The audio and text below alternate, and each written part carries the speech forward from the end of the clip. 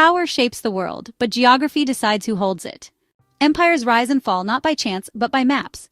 But what if a single theory could predict who dominates next? And what if that theory had been weaponized by the wrong hands?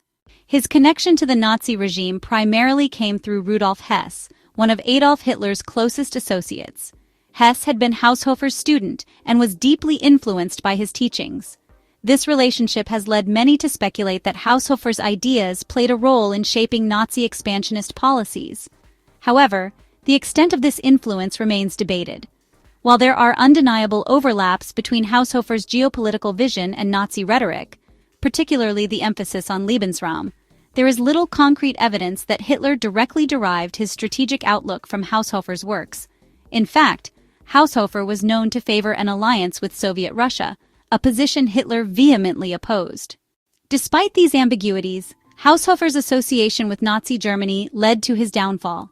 After the war, he was interrogated by Allied forces, who sought to determine the extent of his ideological contributions to Nazi expansionism.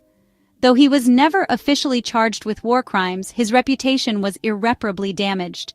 Struggling with guilt and despair, particularly after the execution of his son Albrecht, who had been involved in the failed plot to assassinate Hitler, Karl Haushofer and his wife took their own lives in 1946.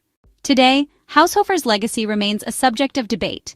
Some view him as a brilliant strategist whose ideas were misused, while others argue that his work provided a dangerous intellectual foundation for aggressive nationalism. His influence can still be seen in modern geopolitical thought, particularly in the way nations justify territorial ambitions and strategic alliances.